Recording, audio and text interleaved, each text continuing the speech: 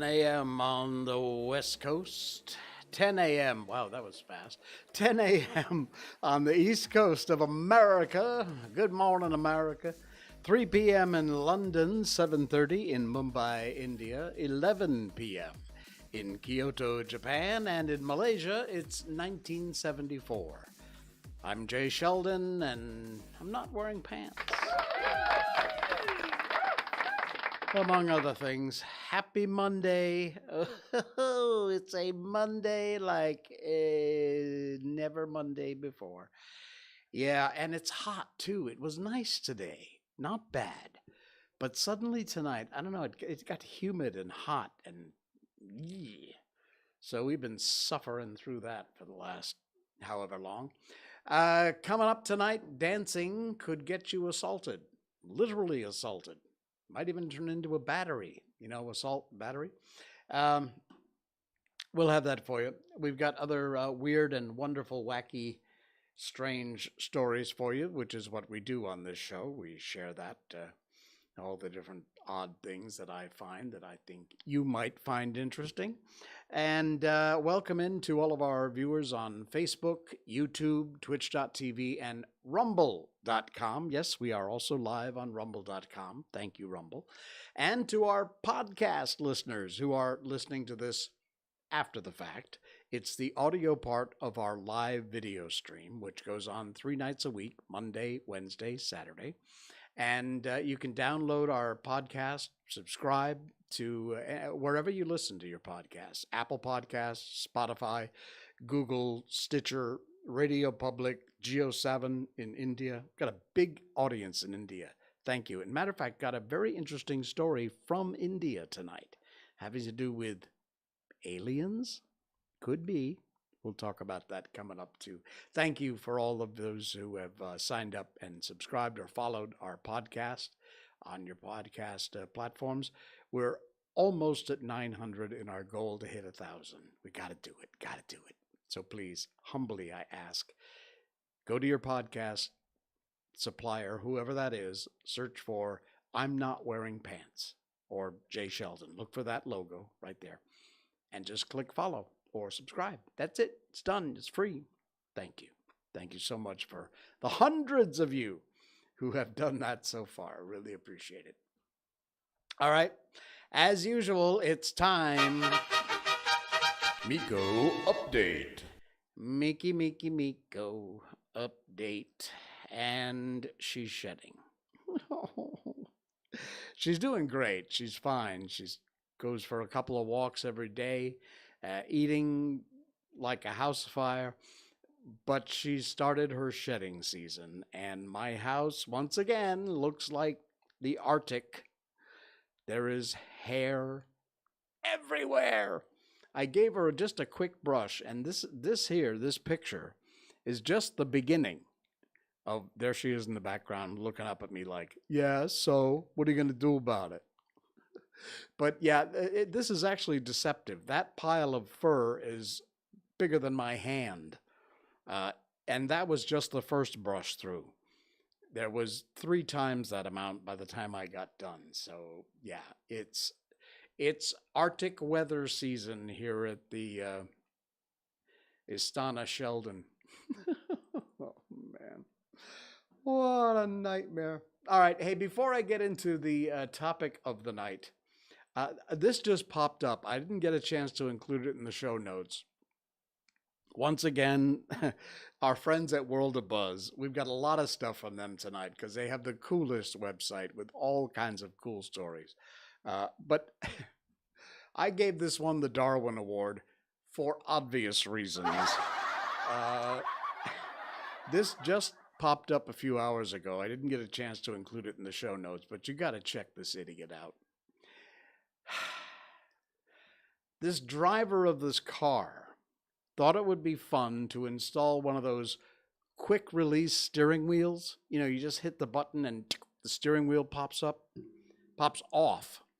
Well, while he's driving, this moron decides to hit the quick release.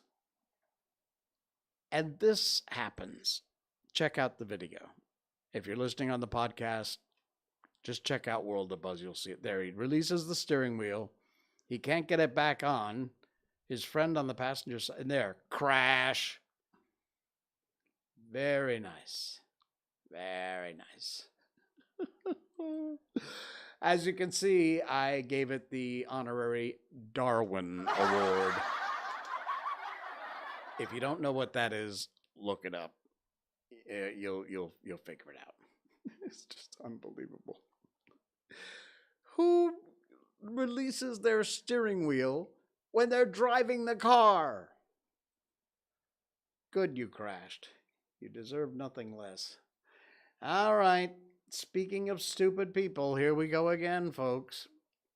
Again, World of Buzz. The link to this article is in our show notes, so by all means, check it out. Read the whole article. But once again, it's one of those head-shaking, come on, seriously? Malaysians believe TikTok dancing at night market to be deserving of being splashed with hot oil. No, I'm not kidding. This is a true story. Can splash them with water or hot oil. Only then will they use their brains. Well, it's understandable that TikTok trends have caused problems in the past. You remember the disgusting ice cream licking thing that went viral? But what is really scary is the genuine hatred and anger that Malaysians have displayed towards TikTokers and their antics. I don't use TikTok. I refuse to put it on my phone. I refuse to sign up for an account. I think it's, if you truly read the T&C before you sign up, trust me, you'll think the same. Read it. Read what they have a right to do to your account. You will be very afraid, which is one of the reasons I mean, it's not that different from like a YouTube or well, not Rumble. Rumble's different, but Facebook, YouTube. Anyway, trust me, please, I can't encourage you enough. Read the T&C before you click agree to TikTok and then get off of TikTok. Anyway, there's a group of 4 girls caught on camera doing a TikTok dance routine in the middle of what looks like a Ramadan bazaar or a night market. It was, however, not a Ramadan bazaar. Due to many believing their attire and dance moves were too provocative for vendors and visitors at the night market, netizens have suggested that hot oil should be poured on the girls. This is a still image from the TikTok video. They wrote, should splash them with oil. According to Bro Bongkar YouTube page, the video believed to have been taken in Malaysia back in 2020, where the girls can be seen doing the Takata challenge, which requires TikTokers to catwalk in heels. As the video is once again going viral, netizens have agreed the girls should have been splashed with oil. Wouldn't it be nice, these are quotes from some of the morons who wrote this on their reactions. Wouldn't it be nice if I'm there when they were dancing and splash them with water or hot oil? Only then will they use their brains. Another one, if this was my area, I would have already been splashed them with cooking oil. Dancing at a bazaar, the future is bright with free oil baths and free backlash.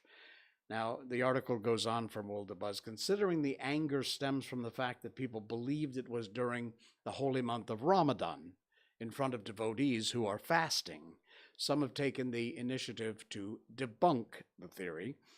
Before getting excited with threats, investigate first. It is not a Ramadan bazaar. I hope all of you who can't wait to turn this issue into one of religious sensitivity don't slander as you please. Yes, this culture, if it happens in Malaysia, it's not suitable in my opinion, but not to the point where they should be condemned, beaten, and splashed with water or hot oil. That is right on the edge of technically being an assault. I mean, you could be charged with assault. You don't have to actually do something to be charged with assault. If you actually go through with it, that's battery.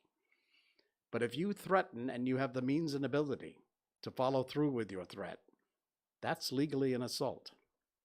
It's a little more technical than that, but that's the assault 101 of it.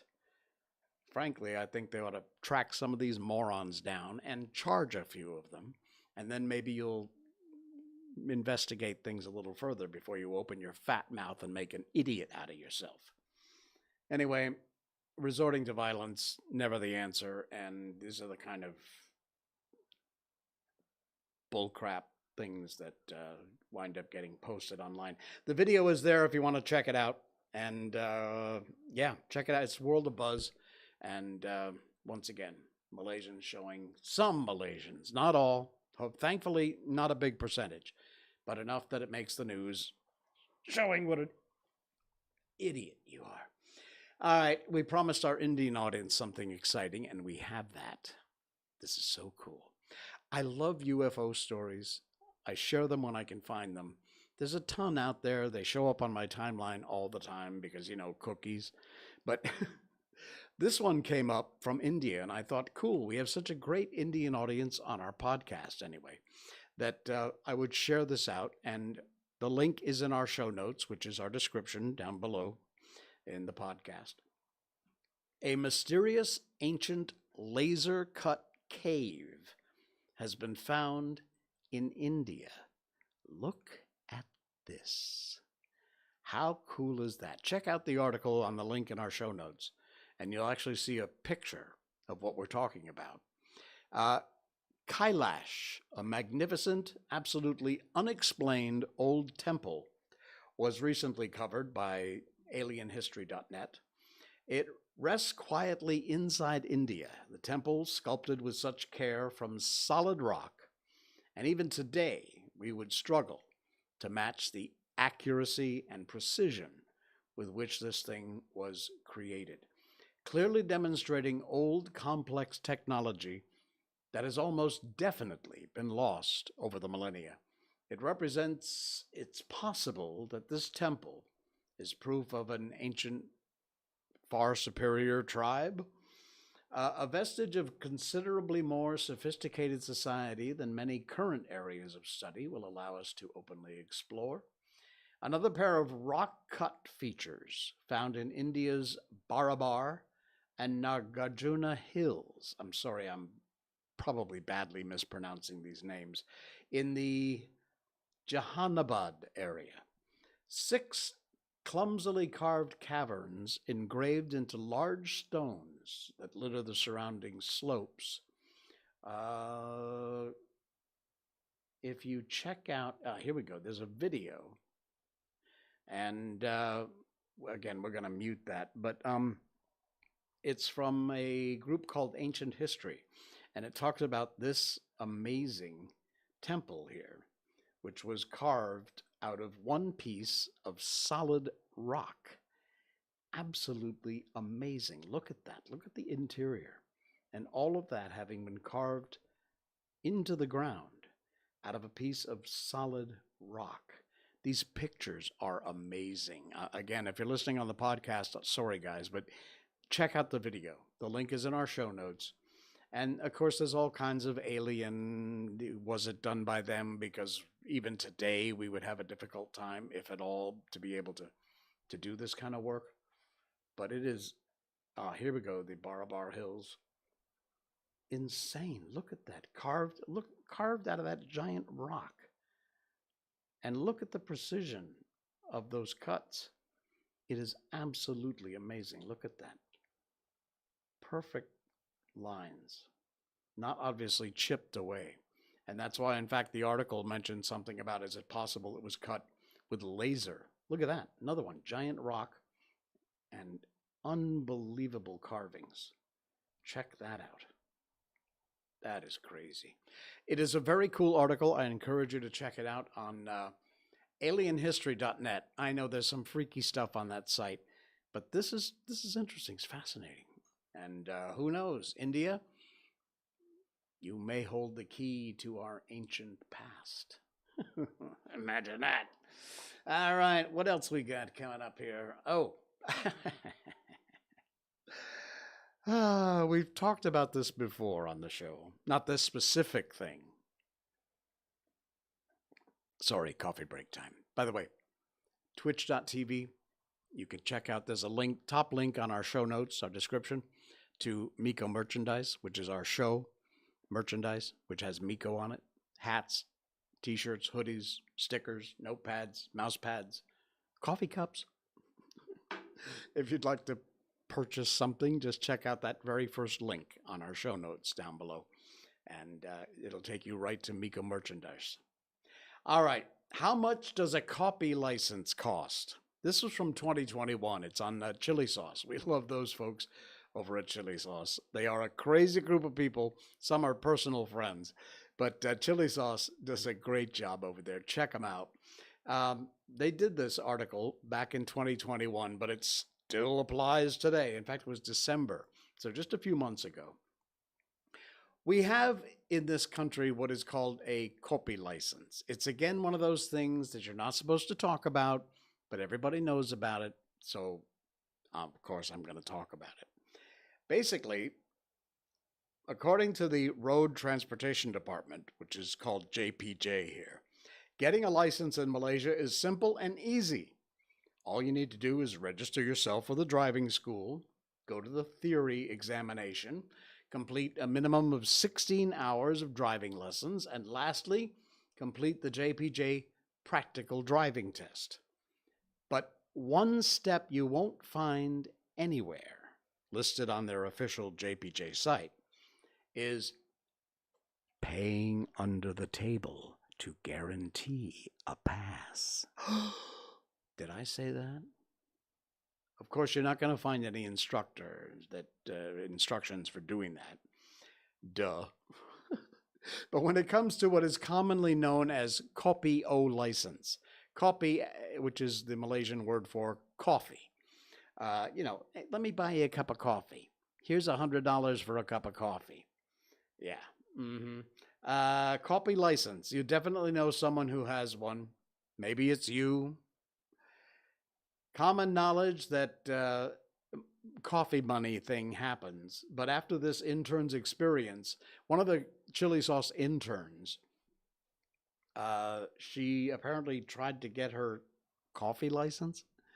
In getting her license, talking to some people who recently got their licenses, it seems the more appropriate word is institutionalized.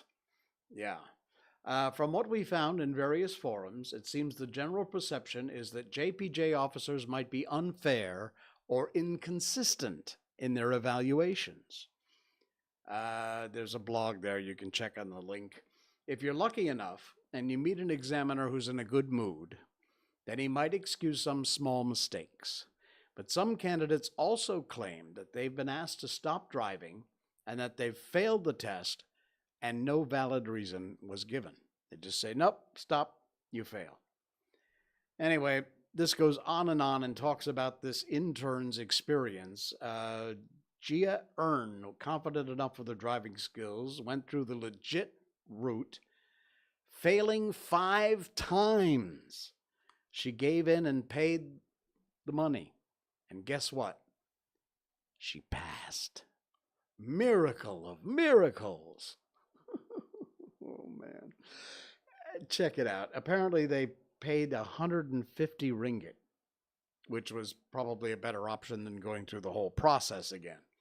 So, yeah, the rest of the story is all there in our show notes tonight from chilisauce.my. Check it out and read up on how you too can get a quick and easy driving license in Malaysia. If you don't want to drive, maybe you'd like to take the train. Maybe you shouldn't. You take your life in your hands. Again, it's from the good folks at World of Buzz. Thank you, World of Buzz. Links in our show notes. I encourage you to check out the article. A train conductor advises parents to teach their kids not to throw rocks at trains. Do we really need to tell you parents this?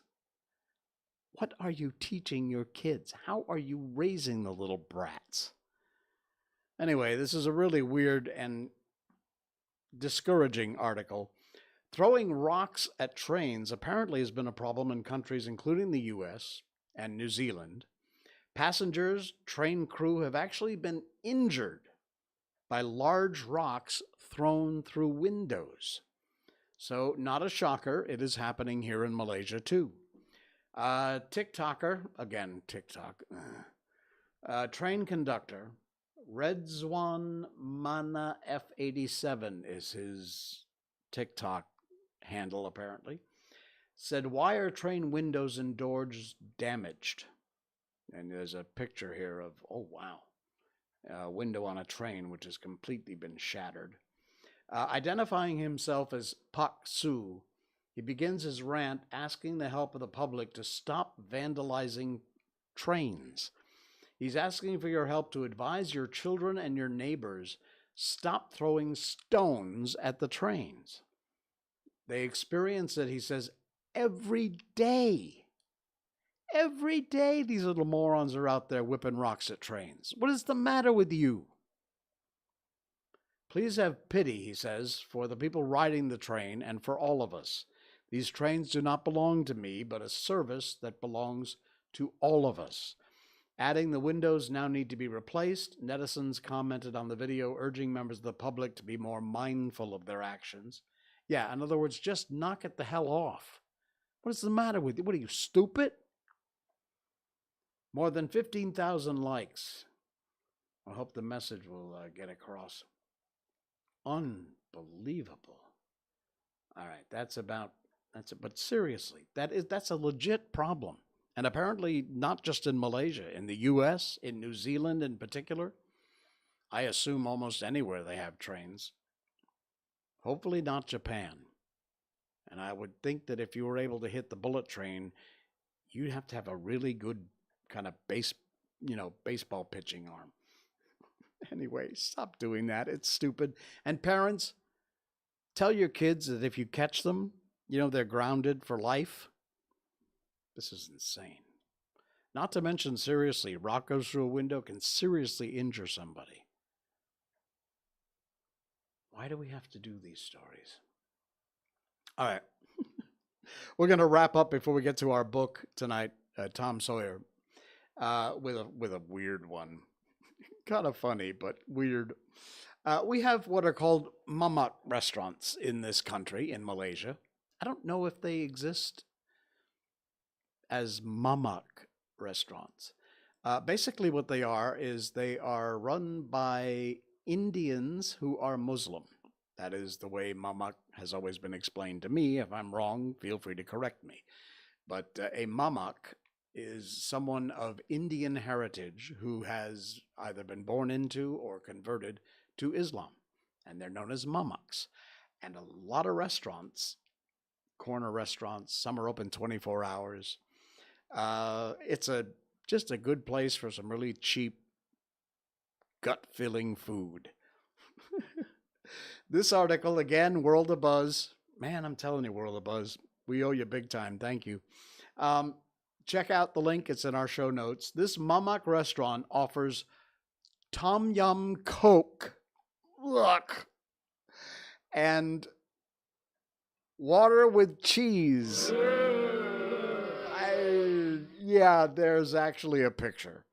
This is Tom Yum Coke here. This is Coca-Cola in a glass with, I don't know, looks like lime leaf and chilies and all the kind of stuff you'd find in Tom Yum. Ugh. And how about a glass of water with cheese on top? There's almost nothing a mamak can't do, says the article. If you're a fan as well as crazy mamak dishes, then you've probably seen the name Restaurant Alif somewhere on the internet. The restaurant previously went viral for its dish Roti Canai KLCC, as well as a candlelight dinner for a couple. Only a week ago, Restaurant Alif wowed the internet again by fulfilling a customer's order of 10 packets of Indomie. Oh, man. Other than the mentioned dishes, they also offer rather questionable drinks like Tom Yum Coke, which we showed you the picture of, and Ayer cheese. Ayer is basically water. I know it looks like it's spelled like air, Air, pronounced Ayer, and it's the Malay word for water. But water cheese. This really is a glass of water with a piece of cheese on top and the straw stuck through the middle of it. Their posts on Facebook got a lot of Malaysians talking, especially many joking, saying they wanted to call the police, and that the picture itself was already hurtful. So there you go. There is Tom Yum Coke. That's so gross. You know, in some cases, I think, okay, maybe that is a weird combination, but you know, for example, I told you before, I love peanut butter and potato chip sandwiches. It's one of those poor people foods that I ate a long time ago. You take a couple of pieces of white bread, you put peanut butter on it, and then you put whatever your favorite potato chip is, and you crush it down. Try it. I'm not kidding. It's a really good sandwich. I know, weird, but it's better than Tom Yum Coke, all right? There you go. And there is the Ayer cheese, which is basically a glass of water with a slice of cheese on top. And you wonder why we have a weight problem here in Malaysia. Oh, man. I'm telling you. All right. I got to get me some Tom Yum Coke. Hang on. Mmm. Tasty. It is time for the Gutenberg Project. Gutenberg.org is the website where you can go and find all these books that we read. They're classic books from the Iliad and the Odyssey, Moby Dick, all the books that we've read here on the show from almost the very beginning. We've done The Wonderful Wizard of Oz, Peter Pan, The Little Prince, Alice in Wonderland, you name it. We've read a ton of books. And we are right now in the middle of not in the middle, we're almost at the end of Tom Sawyer by Mark Twain. Was one of the first novels ever to be written fully on a typewriter, which is a cool little piece of trivia. We've got 2 more chapters to go. We'll finish one tonight, and then on Wednesday we will wrap up The Adventures of Tom Sawyer. I mention that because beginning Saturday night, our next book, I have been dying to read, but it wasn't in the public domain. It now is. Thank you, Gail, for the heads up. It's Winnie the Pooh. And yes, we're going to do Winnie the Pooh starting on Saturday night. Do not miss it. My favorite book to read of all. And we'll begin that once we're done with Mark Twain's The Adventures of Tom Sawyer, which we are going to do right now. It's chapter what tonight? Chapter, where is my link? Where's my link? All right, chapter 34. And as you know, when we left this off on our last stream, excuse me, apparently Huck and Tom were invited over to some sort of reception and given a fresh set of brand new clothes to wear, got cleaned up, but had no idea what was going on. We'll find out in our next chapter now. The Adventures of Tom Sawyer by Mark Twain. Huck said, "Tom, we can slope if we can find a rope. That window ain't high from the ground." "Shucks, what do you want to slope for?" "Well, I ain't used to that kind of crowd. I can't stand it. I ain't going down there, Tom." "Oh, bother, it ain't nothing. I don't mind a bit. I'll take care of you." Sid appeared.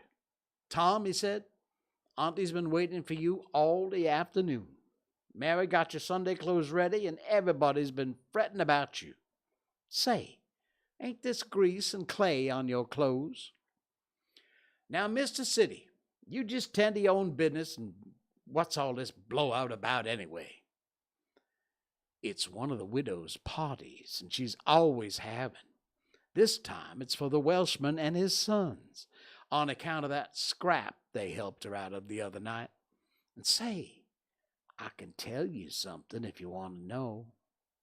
Well, what? Why, old Mr. Jones is going to try to spring something on the people here tonight. But I overheard him tell Auntie today about it as a secret. But I reckon it's not much of a secret now. Everybody knows, the widow too.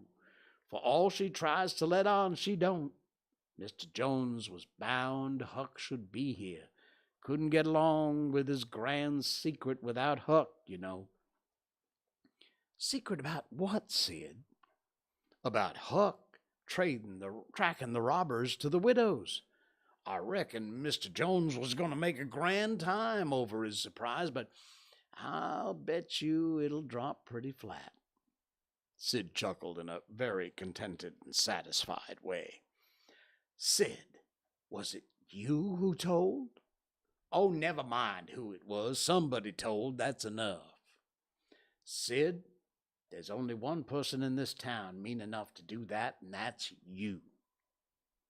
If you had been in Huck's place, you'd have sneaked down the hill and never told anybody on the robbers. You can't do any but mean things, and you can't bear to see anybody praised for doing good ones. There, no thanks, as the widow says. And Tom cuffed Sid's ears and helped him to the door with several kicks. Now go and tell Auntie if you dare, and tomorrow you'll catch it. Some minutes later, the widow's guests were at the supper table, and a dozen children were propped up at a little side table in the same room, after the fashion of that country in that day. At the proper time, Mr. Jones made his little speech, in which he thanked the widow for the honor she was doing himself and his sons, but said there was another person whose modesty, and so forth and so on. He sprung his secret about Huck's share in the adventure in the finest dramatic manner he was master of. But the surprise it occasioned was largely counterfeit, not as clamorous and effusive as it might have been under happier circumstances. However, the widow made a pretty fair show of astonishment, heaped so much compliments and so many gratitudes upon Huck, he almost forgot the nearly intolerable discomfort of his new clothes and the entirely intolerable discomfort of being set up as a target for everybody's gaze and everybody's laudations. The widow said she meant to give Huck a home under her roof and have him educated, and that when she could spare the money, she would start him in business in a modest way. Tom's chance was come. He said, Huck don't need it. Huck's rich. Nothing but a heavy strain upon the good manners of the company kept back the due and proper complimentary laugh at this pleasant joke. But the silence was a little awkward. Tom broke it. Huck's got money. Maybe you don't believe it, but he's got lots of it. Oh, you needn't smile. I reckon I can show you. You just wait a minute. Tom ran out of doors. The company looked at each other with perplexed interest and inquiringly at Huck, who was tongue-tied. Sid, what ails Tom? Said Aunt Polly. Well, there ain't ever any making of that boy out. Tom entered, struggling with the weight of his sacks, and Aunt Polly did not finish her sentence. Tom poured the mass of yellow coin upon the table and said, There, what I tell you, half of it Huck's and half of it's mine. The spectacle took the general breath away. All gazed. Nobody spoke for a moment. Then There was a unanimous call for an explanation. Tom said he could furnish it, and he did. The tale was long, but brim full of interest. There was scarcely an interruption from anyone to break the charm of its flow. And when he'd finished, Mr. Jones said, "I thought I'd fixed up a little surprise for this occasion, but it don't amount to anything now. This one makes it seem mighty small, I'm willing to allow." The money was counted. The sum amounted to a little over $12,000. It was more than anyone present had ever seen at any one time before, though several persons who were worth considerably more than that in property. And that's chapter 34. We will wrap up the adventures of Tom Sawyer with chapter 35 on our next stream on Wednesday night. Yeah, that'll be coming up. We'll wrap it up. Mark Twain's The Adventures of Tom Sawyer, followed Saturday night by Winnie the Pooh. Cannot wait.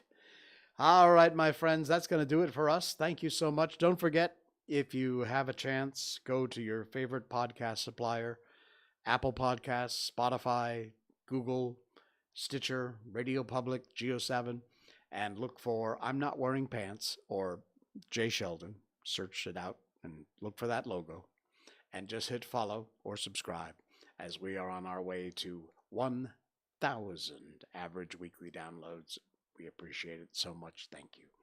I will see you again on Wednesday night. Until then, I'm Jay Sheldon, and I'm not wearing pants. Good night.